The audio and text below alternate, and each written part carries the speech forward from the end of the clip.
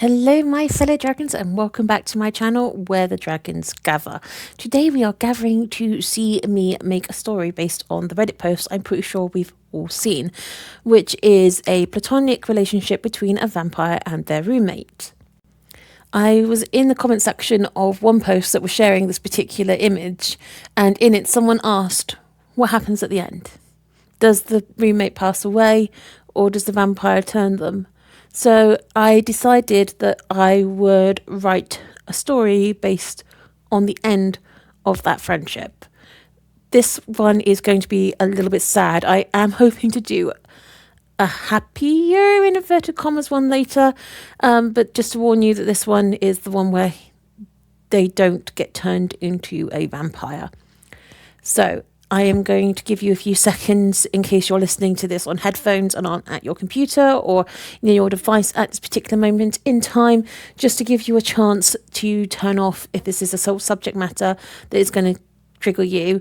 I don't want that. I don't want to trigger you. I know that this world can be pretty awful at times, and I don't want that to someone. So I'm just going to give it a few seconds, hence the rambling, just to give you a few minutes to come back and turn it off if this isn't suitable for you at the moment. And I completely understand if it is. And I wish you all the best in your healing and in your journey. And hopefully I'll be back to silly Sims videos soon. So we're going to begin in 5, 4, 3, 2, 1. The vampire took her hand, staring into her eyes. Some things had changed, but not her eyes, not the very core of who she was. It's been such a long journey to get here. Jennifer, sometimes Jenny, never Jen, said. Her smile was warm, but sad. It's not too late, the vampire replied. She shook her head gently. It was a well-worn discussion between them, practically threadbare by now. I can't bear the idea of feeling this tired for all of eternity. The vampire couldn't argue. There was nothing to argue. I wasn't built for forever, Jennifer said, as though the vampire had tried to change her mind. I only wish I'd lived long enough to see Bran get married. I wish he knew how proud of him I am, how proud of both of them. You'll make it there, the vampire told her. You promised Bran. You'd never break a promise to Bran. I think this one is beyond my control, she replied. The vampire could see the light flickering behind her eyes, a flame struggling to stay bright, and just stroked her hand as gently as possible. When had her hand become so soft and old? All those years as friends had just caught up so suddenly, it felt so unfair. Are you sure? The vampire whispered, not expecting her to hear. Her heart was growing weaker now. It struggled like a fragile bird in her chest. Her lungs, once so strong, were weak as wet paper bags. I can't stay, she replied firmly. Then her voice softened. I can't watch the ones I love age and die around me. The only person that could ever make living forever bearable, besides you, has already passed. I don't think I could live with the pain of that loss for another day, let alone thousands of years. I don't envy you, my friend. I wish you didn't carry the burden of that sorrow alone. But if I joined you, I think it would only double instead of halve. Her breath rattled in her chest. This is it, the vampire thought. She's going. She's leaving me, but she'll be reunited with him. After all these years apart, she'll be truly happy again. She surprised the vampire when she spoke, more clearly and strongly than she had in years. In her voice, her long-past youth rose from inside her, hardened with the wisdom of her years.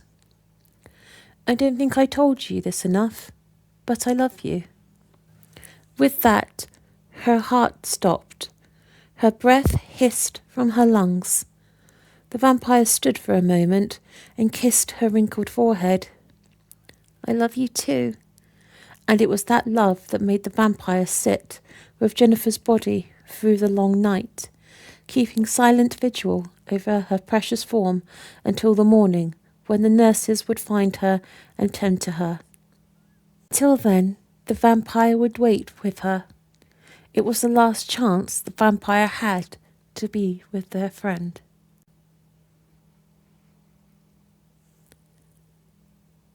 The funeral had been remarkably ordinary. The vampire wasn't sure what they had expected, but felt it lacked the grandeur a friend like Jennifer deserved. Lying in the dark, the vampire had listened to the voices, the sobs, the pouring of grief into the surrounding soil, had held that grief deep in their own unbeating heart. As per Jennifer's request, the funeral was held late afternoon, with the wake to be held later that night. When the funeral ended, the vampire waited, listening to them all leave, their footsteps fading, their sobs quietening. The vampire wouldn't leave, couldn't leave. They laid awake in the dark of the graveyard soil, listening for even the slightest tinkle of that little bell, a request that most people had put down to Jenny's advanced years, a little senility. Why else would she have insisted on a bell? It was just so Victorian. The vampire knew why. Just in case. Just in case they'd been wrong. The doctors had been wrong. They'd all been wrong. The vampire waited for it to ring.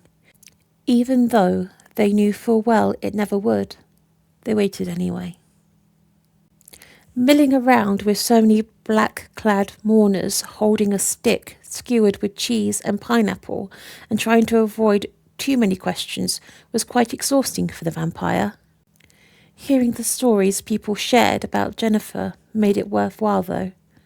Her form took shape in that space until it felt like she was there with them. The love for her filled the air. I don't think I ever saw her without it, one person was saying to her grandson, Bran. It meant a lot to her, he replied, smiling. But it was just half a friendship necklace. It was hardly brimming with sentimental value. It was to her, Bran replied calmly. She used to tell me it was a talisman, that while she was wearing it, nothing bad could ever happen to her, that an angel had given it to her, and they were keeping her safe. She was a strange woman, the mourner laughed. Bran just nodded and rubbed a hand over his chest, where the necklace lay against his skin, left to him by his grandmother. The crowd thinned over time, and the vampire was thinking of leaving too, when Bran approached. Hi, I'm sorry to just blurt this out to you, but you look so much like a friend of my grandmother. When they were younger, that is, he hastened to finish. I get that a lot, the vampire replied. Just too much of an average-looking face, I guess. Smiling in a way that didn't show fangs was awkward. Bran thought this strange person might be suffering from a tummy ache or having a strange reaction to grief. I just wondered if you might have been related, he asked hopefully. I doubt it. I just worked at your grandmother's nursing home. Worked the night shift. She was an amazing woman. I wish I'd known her when she was younger. From what I've heard, she was certainly a character. I wish I could have known her too.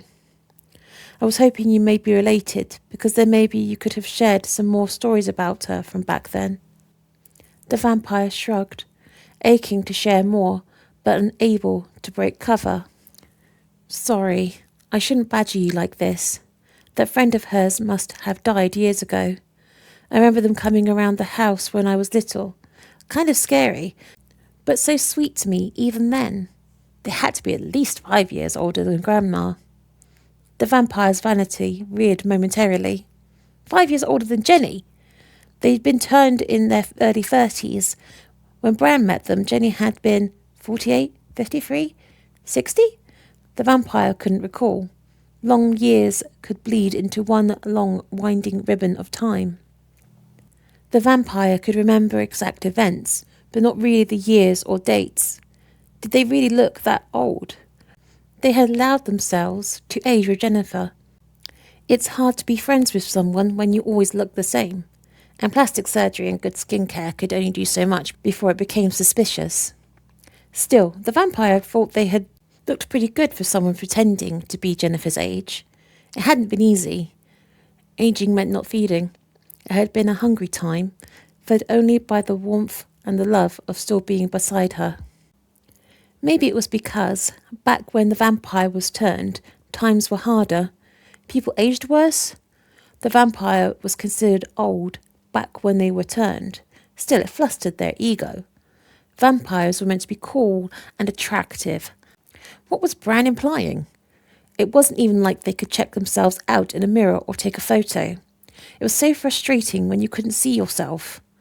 Maybe they could commission a portrait. People still did that, right? I don't remember as much about them as I'd like.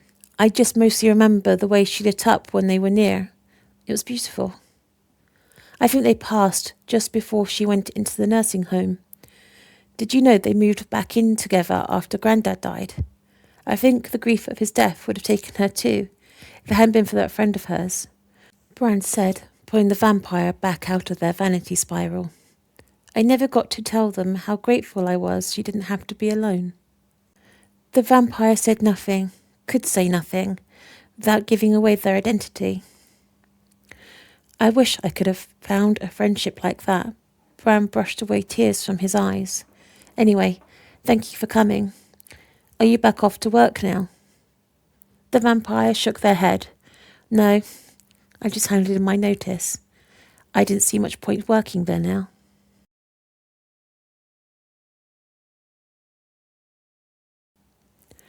More time passed, and Jennifer was there. At least the part of her in the vampire's heart was there. When Bran got married, the vampire hid in the shadows of the basement during the ceremony, listening to the vows, imagining the tears and smiles, imagining Jennifer was there properly. When night fell, the vampire watched the first dance, the cutting of the cake, listened to speeches, stored it all away in a precious box in the vampire's mind, called Jennifer. You kept your promise to Bran, the vampire whispered. The Jennifer box had to be tightly sealed because the light can fade memories, and this was a box that should only be opened in the darkest of dark, preserved and carefully tended to. However, tonight was pretty hard, so the vampire took a little look inside. This way, the vampire told the memory of Jennifer, you'll live forever. The vampire was leaving, certain they'd got away with it, when Bran followed them out the door. Hey, aren't you my grandmother's nurse? Yeah, I got a new job working here, the vampire covered smoothly. A community hall? It's good money, the vampire replied. You work nights here too? I don't like people, the vampire said, exasperated. Why don't we just stop pretending? You knew my grandmother, didn't you? I don't mean as her nurse or her caretaker, I mean as her friend, her oldest friend. The vampire sighed. They should never have stayed this long. They had just wanted to do all the things Jenny would have. Sentimentality had got them into this mess, but it was hard to regret it. Eventually, the vampire nodded. So you lied to me, Bran snapped. Bran, I don't know what you've been told about vampires, but we're actually pretty good at lying. Kind of necessity, really, the vampire responded. I needed you that night at the wake. I needed you to share just something about her with me, to give me just a little bit of what you two shared, and you were too selfish to do it.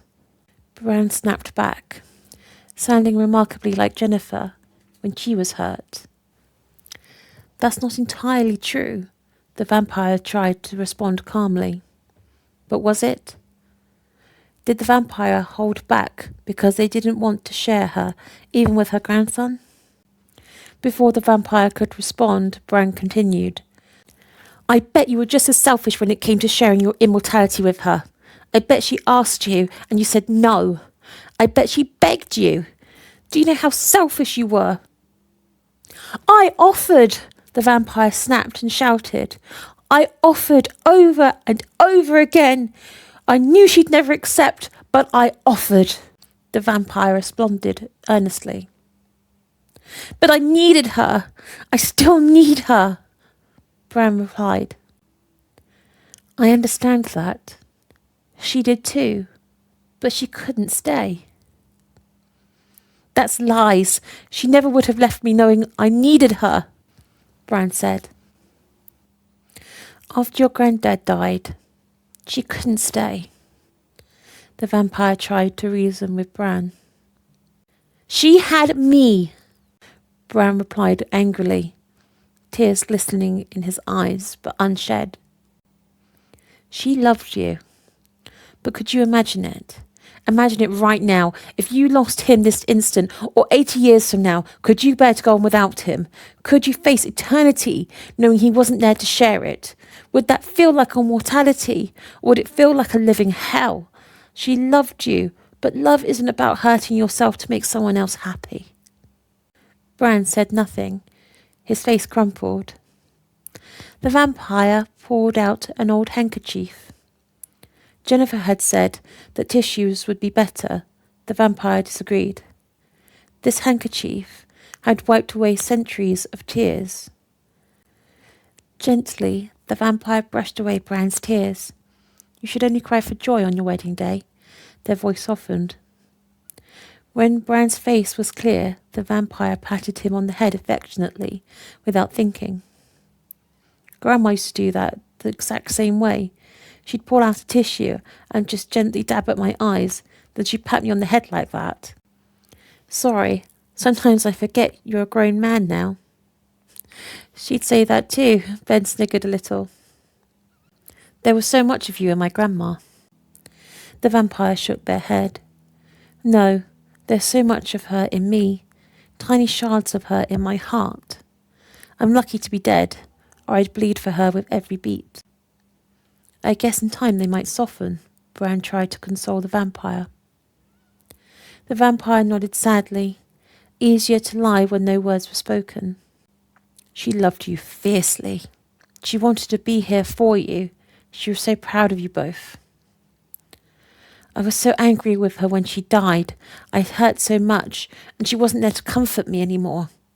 I wasn't there when she died. I should have been. Bran shook his head, trying to hide his tears. I was with her. She wouldn't have wanted you to see that, to see her at her frailest. Trust someone who's watched a lot of people die. It takes a toll. It chips you apart, cracks you open, hardens you. You don't want that burden on your soul. When you say you've seen a lot of people die, do you mean friends and family, or... Bran teased. No, I mean victims. I was a very famous serial killer, and they never caught me. The vampire tried to join in on the joke. Which one? Bran asked, going along with it. You wouldn't have heard of me. You said you were famous. Well, not me, but the nickname they gave me. The vampire tried to cover. What was it? Blood drainer? The vampire responded, trying to think on the spot. That's not a real killer. And you're an expert, the vampire responded. I know enough to know you're trying to make a joke. Jennifer would have laughed. Only out of pity. True, the vampire smirked. But seriously, Bran replied, did you? The vampire sighed, unable to avoid the question any longer.